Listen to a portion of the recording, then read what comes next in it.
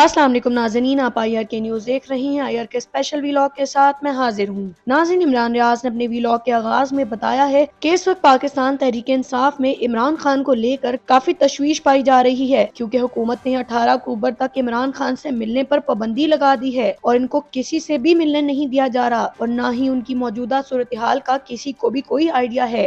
साबिक वज़ीर-ए-आज़म पाकिस्तान, पूरी दुनिया में उसका नाम है। दुनिया के बासर अफराद की फहरिस्त के अंदर वो आदमी कहाँ खड़ा है जाकर आप चेक कर लें, और दुनिया के कितने लोग उसको जानते हैं और उसको मिलना चाहते हैं ये भी आप जाकर चेक कर लें। उसकी क्रेडिबिलिटी आप चेक कर लें। वो एक आवाज़ देता है जेल में बैठकर और पूरा पाकिस्तान चौक हो जाता है। 4-4, 5-5 शहर एट ए टाइम बंद हो जाते हैं। वो इतना ताकतवर आदमी है पॉलिटिकली, और पाकिस्तान के लोग उससे प्यार करते हैं। सबसे ज़्यादा वोट पाकिस्तान की तारीख में उसने हासिल किए हैं। तो आम आदमी थोड़ी है कि उससे आप मुलाकात बंद करवा देंगे किसी भी बहाने से। तो 18 तारीख तक के लिए इन्होंने मुलाकात बंद करवा दी है। इसमें बैरिस्टर गौहर ने उमर अयूब साहब के साथ और रऊफ हसन साहब के साथ बैठकर एक प्रेस कॉन्फ्रेंस की है, और उन्होंने कहा जी पहले भी इमरान खान पे 2 हमले हो चुके हैं, और इमरान खान साहब अपने मुंह से खुद कई दफ़ा कह चुके हैं कि उनकी जान को ख़तरा है, और इमरान खान से हमें आज के दिन की उन्होंने वार्निंग दी है कि हर हाल में मिलाया जाए। इमरान खान आम कैदी नहीं है। हमें पहले से अंदाज़ा था कि उनके साथ क्या किया जा रहा है या क्या किया जा सकता है। इसमें मुराद सईद का एक स्टेटमेंट है, वो भी बहुत इंपॉर्टेंट है। मुराद सईद का आप स्टेटमेंट सुन लें, आपको आइडिया हो जाएगा कि मामला किस तरफ जा रहा है। मुराद सईद ने कहा कि मैंने महीनों पहले इतला दी थी कि एस्टेब्लिशमेंट नवंबर से पहले पहले इमरान खान के हवाले से अपने घिनौने मंसूबों पर अमल दरामद का इरादा रखती है। पाकिस्तान में मुकम्मल तौर पर मिस्र मॉडल को लागू किया गया है।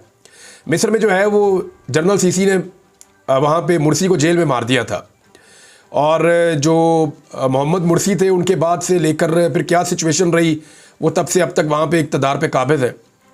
तो वो यहाँ पे वो कह रहे हैं जी मिस्र मॉडल जो है वो लागू किया जा रहा है। गुज़िश्ता दिनों लगने वाली मुलाकातों पर पाबंदी, इमरान खान की एहलिया के बाद इनकी बहनों की भोंडे केसेस में गिरफ्तारी और इनके वकील इंतज़ार पंजूथा की गुमशुदगी अगर इस खदशे को तक़वियत देने के लिए नाकाफ़ी थी, तो अब अडयाला से इमरान खान के हवाले से आने वाली खबरें इस बात पर मोहरे तस्दीक सब्त कर रही हैं कि इमरान खान की ज़िंदगी को शदीद ख़तरात लाहक है। ये मुराद सईद ने बताया। उन्होंने कहा कि पाकिस्तान पर काबिज़ माफिया को मुखलिसाना मशवरा है फ़ौरन से पेशतर पार्टी क़यादत और वकला को इमरान खान से मिलने दिया जाए, ताकि वो इनकी खैरियत के हवाले से कौम को आगाह करें। इमरान खान और मोहम्मद मुर्सी शहीद के कद में जो फ़र्क है, इसका शायद आपको इस वक्त अंदाज़ा नहीं है। इस आग से खेलने की ख्वाहिश तर्क कर दें, वरना किसी के दामन में खैर नाम की खैरात नहीं रहेगी। तो मुर्सी जो था वो बेशक वहाँ का बहुत बड़ा लीडर था, लेकिन इमरान खान जितना कद नहीं था। इमरान खान की पाकिस्तान में जो फॉलोइंग है वो अनप्रेसिडेंटेड है। यानी कभी भी किसी लीडर को पाकिस्तान में इतनी ज़्यादा मकबूलियत नहीं मिली जो इस वक्त इमरान खान साहब को मिली है। यानी तारीख के मुश्किल तरीन इलेक्शन लड़के वो सबसे बड़ी जमात साबित हुआ। हालांकि उसकी फार्म 47 जाली बना के इन्होंने सीटें छीनी, फिर भी इतनी सीटें छीनने के बावजूद पहले नंबर पे आज भी वो है। यानी इतनी ज्यादा सीटें थी इमरान खान के पास कि वो छीन के थक गए, लेकिन फिर भी वो सबसे बड़ी जमात है। अब भी पार्लियामेंट में सबसे आगे वही है। इमरान खान की बहन ने भी एक स्टेटमेंट दिया है, और ये बात बताई थी अलीमा खान साहिबा ने, और उन्होंने बड़ा क्लियरली ये स्टेटमेंट पहले दिया था। उन्होंने कहा था कि इमरान खान ने बताया कि ये मुझे मारना चाहते हैं, और ये फ़ैसला 1 माह पहले हुआ था, और वो ये भी कहते रहे इमरान खान कि मुझे मुर्सी की तरह मारना चाहते हैं। ये अलीमा खान साहिबा ने पहले बता रखा है। उन्होंने ये स्टेटमेंट दे दिया था इमरान खान साहब के हवाले से। बहरहाल इस वक्त जो इमरान खान साहब की सूरत हाल है, जेल में उनको कोई मिलने नहीं दे रहा, और ये चीज़ें रिपोर्ट की जा रही हैं कि शायद उनकी बिजली बंद है। कोई कह रहा है कि जी उनको खाना ठीक नहीं मिल रहा, कोई कह रहा है जी उनको बुरे हालात में रखा गया है, कोई कह रहा है जी उनको बाहर निकलने की इजाज़त जो सांस लेने की थी, चलने की, वो भी उनकी मना कर दी गई है। तो इमरान खान साहब को कह रहे हैं जी बहुत ज़्यादा तंग किया जा रहा है। अच्छा, ये किया क्यों जा रहा है, अब ज़रा आप इस तरफ आ जाएँ ताकि आपको चीज़ें समझ आ जाएँ। इमरान खान साहब का इस वक्त अपनी पार्टी के लोगों से मिलना बहुत ज़रूरी है, या उनका पैगाम बाहर आना बहुत ज़रूरी है, क्योंकि इमरान खान को ये पता है कि उनकी लाइफ के लिए और उनकी सियासत के लिए ये डेथ वारंट है अगर आईनी तरमीम हो जाती है तो। उन्होंने इसीलिए कहा था कि डू और डाई, यानी ये मेरे लिए मरो या मारने का मुकाम है, आर या पार जिसको कहते हैं आप उर्दू में। तो इमरान खान साहब ने कहा था ये आर या पार वाला मामला है, आईनी तरमीम वाला। लेकिन अगर आईनी तरमीम कर लेती है हुकूमत तो फिर उनके हालात बहुत बेहतर हो जाएंगे, और पाकिस्तान तहरीक इंसाफ फिर छुट्टियों पे चले जाए, एंजॉय करें। फिर उसके बाद कोई बहुत बड़ी अवामी तहरीक चली तो चली, वरना कोई फ़ायदा नहीं है। और अगर पाकिस्तान तहरीक इंसाफ इस आइनी तरमीम को नाकाम बना देती है तो फिर ये हुकूमत जो मर्जी कर ले, इसको फिर घर जाना पड़ेगा। अब ये दोनों के सर्वाइवल का मामला है।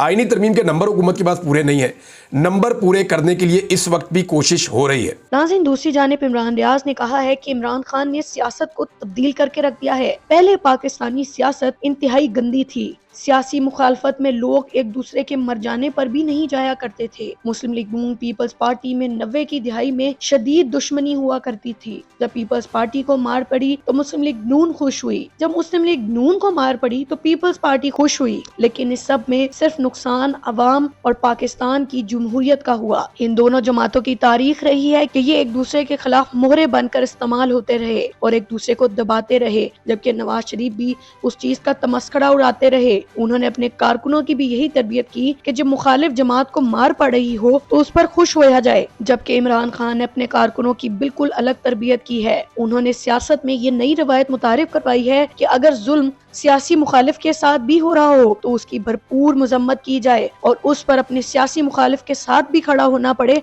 तो खड़ा हुआ जाए। इसकी हालिया मिसाल पश्तून तहफ़्फ़ुज़ मूवमेंट है, जिनके 2 वोटों की वजह से ही इमरान खान की हुकूमत गई। मगर इमरान खान ने देखा कि जब पश्तून तहफ़्फ़ुज़ मूवमेंट के साथ ज्यादती की जा रही है, उनके कारकुनों को मारा जा रहा है और उनके जायज मुतालबात तस्लीम नहीं किए जा रहे, तो उन्होंने पार्टी क़यादत को यह हदायत जारी की कि वो हर सूरत पश्तून तहफ़्फ़ुज़ मूवमेंट को प्रोटेक्ट करें। देखिए, हुकूमत के तकाजे होते हैं, आपने बहुत सारी चीज़ें उनकी माननी होती हैं, आपको पसंद है या नहीं पसंद। तो लेकिन अली अमीन गंडापुर साहब ने इस इशू में जो एक ज्यादती हो रही थी, इसमें एस्टेब्लिशमेंट का बंदा ही आगे कर दिया, बैरिस्टर साहब, और उसने आगे जो है वो फिर लोगों की को बुछाड़ हुई है। यानी इमरान खान साहब ने अपने लोगों को ट्रेंड किया, रूल ऑफ लॉ के लिए उनको कायल किया, आज़ादी इज़हार राय के लिए कायल किया, हकीकी आज़ादी और जमहूरियत के लिए और ग़ुलामी से आज़ादी के लिए उन्होंने इमरान खान साहब ने लोगों को तैयार किया। अब पाकिस्तान तहरीक इंसाफ का जो नौजवान है वो इक़्तिदार के लिए नहीं लड़ रहा, वो इंसाफ के लिए लड़ रहा है। अंदाज़ा कीजिए कि पीटीएम के ऊपर अटैक हुआ, खैबर पख्तूनख्वा की अपनी हुकूमत एक वक्त आया कि वो उसको सपोर्ट कर रही थी इस मामले को कि जी कलदम तंजीम है तो हम नहीं कर सकते। हालांकि अभी भी कमज़ोरी ये है कि जो सहाफ़ी गिरफ्तार किए गए उनको अभी तक आज़ाद नहीं किया गया। लेकिन पाकिस्तान तहरीक इंसाफ ने पूरा का पूरा जो है वो पैराडाइम ही शिफ्ट कर दिया इमरान खान साहब की सोच के मुताबिक। यानी जितने नौजवान हैं तहरीक इंसाफ के, चाहे पाकिस्तान के अंदर हैं, चाहे पाकिस्तान के बाहर हैं, चाहे वो रूपोश हैं, चाहे वो सामने हैं, चाहे वो वजारतों पे हैं, वो सारे बोल पड़े, मुराद से ही बोल पड़े।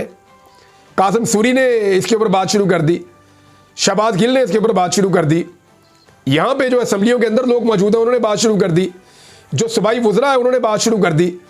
तो एक सख्त किस्म का रिएक्शन आया पाकिस्तान तहरीक इंसाफ के कारकुनों का और लीडर्स का, जो इमरान खान साहब के नज़रिए पर खड़े हैं कि ये ज़्यादती है, ये हम बर्दाश्त नहीं करेंगे।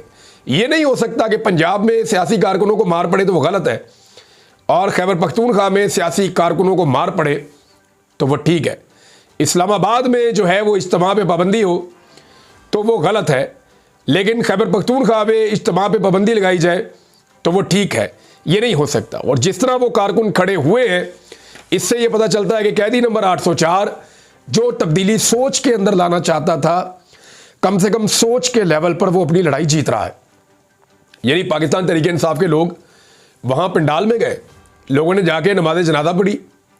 पाकिस्तान तहरीक इंसाफ के लोग जो है वो दुआ करने के लिए गए, जो शोहदा हैं।